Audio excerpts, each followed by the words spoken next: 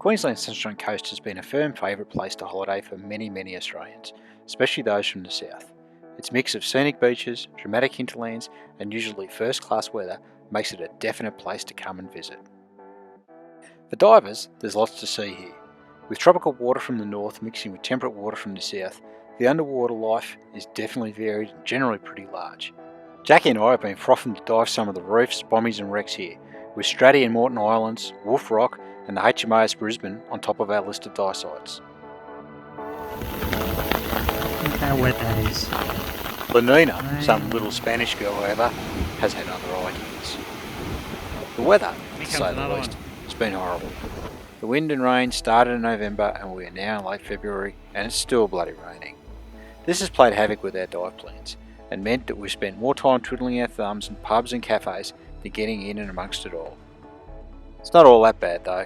We did get out twice, once to Wolf Rock just off Rainbow Beach and once to HMAS Brisbane just off Mooloolaba. Wolf Rock is a massive rock that rises from 30 metres to the surface. It's named after 3rd Lieutenant Archibald Wolf, who sailed with Captain Cook on the Endeavour.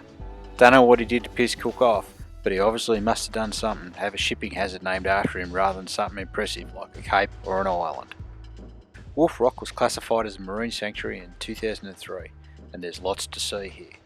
The day we dove, it was really murky, with only about 5 metres this. Anemone fish and moray eels were a good start. The real reason to dive here is because it's the only known gestation site for the critically endangered grey nurse sharks on the east coast of Australia. When you dive here, that's exactly what you get. Massive grey nurse sharks, as well as some cheeky eagle and bull rays thrown in for good measure.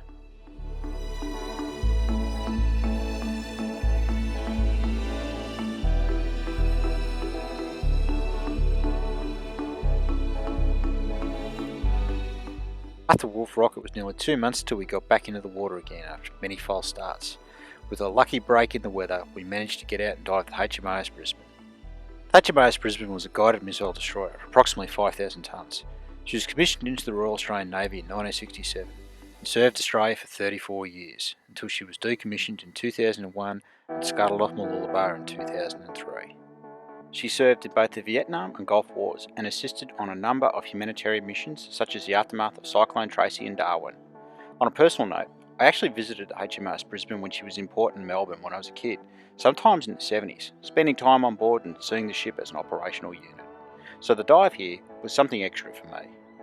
Now, as an artificial reef and dive site, she sits proud and upright in about 28 metres. She has been well set up for diving, with the 4 guns still in place and with many access holes cut into her side for easy access to penetrate the ship. We did 2 dives on the Brisbane, and despite the crap weather, the viz was fantastic, with about 15 plus metres viz the whole time. The fish life was amazing, with massive schools of glassies and big eyes, yellowtail mullet, leopard sharks, and I don't know what else. As this wreck has been set up specifically for divers, it has heaps of access holes cut into the side. This means you can penetrate the wreck safely, seeing what's inside the ship and what it used to look like. They've left heaps of stuff behind for us to see, including the ship's head. Now it's home to a moray eel. Would have been pretty uncomfortable if it was there before she was scuttled, eh? The fish life inside the boat was so prolific that they sometimes caused so much backscatter that I had to turn our camera lights off. This made the inside quite ethereal, and personally I really liked the atmosphere of the filtered light through the access holes, bouncing off the schools of small fish.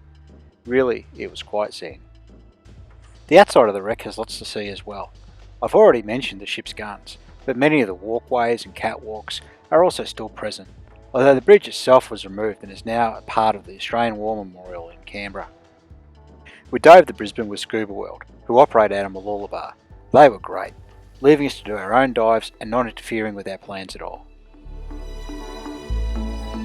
We had a great dive and really recommend these guys to go out with. Overall, Jackie and I really enjoyed diving the Brisbane, and despite the fact it took nearly 2 months to get out on it due to the shit weather, it was really worth the wait.